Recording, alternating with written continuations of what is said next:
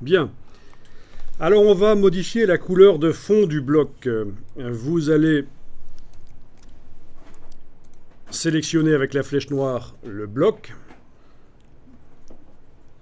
et avec la case de fond en avant-plan dans la palette des outils, vous allez choisir la couleur de fond du bloc. Parce qu'un bloc peut avoir une couleur de fond, mais pas toujours.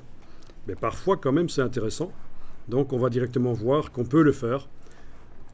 Dans les documents de mise en page, bien sûr, on a plein aussi de blocs qui sont transparents, qui n'ont pas de couleur de fond.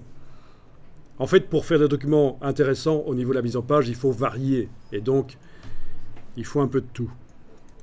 Vous activez une des couleurs. Donc, j'utilise le nuancier. Je vous avais dit, hein, ne double-cliquez pas sur les cases ici pour choisir la couleur à la manière Photoshop avec le sélecteur de couleurs qui s'ouvre.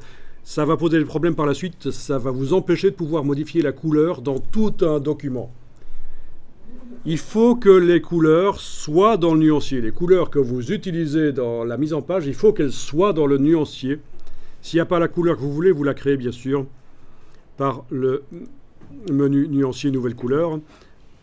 Mais dès qu'elle est dans le nuancier et qu'elle est utilisée, cette couleur un peu partout dans le document, ça va vous permettre de modifier le design du document d'un coup. La couleur de tous les titres, par exemple, la couleur de tous les fonds. Voilà, c'est intéressant de pouvoir faire des recherches de couleurs une fois que le document est quand même bien avancé, pour voir si on avait bien choisi les bonnes couleurs au départ.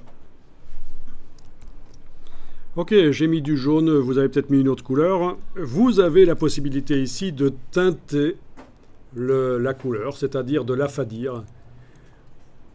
Voilà. Voilà par exemple du jaune à 25%, ça pourrait être aussi du cyan à 25%, voire même moins. Enfin, vous voyez, choisissez la couleur et la teinte que vous voulez lui donner. Il s'agit ici de couleurs CMJN. On pourrait travailler avec des couleurs RVB, c'est pas un problème, puisque c'est à l'exportation du PDF qu'on fait la conversion CMJN. Ce sont des choses qu'on va pouvoir tester. En tout cas, voilà, vous avez donné une couleur de fond au bloc, ça se voit.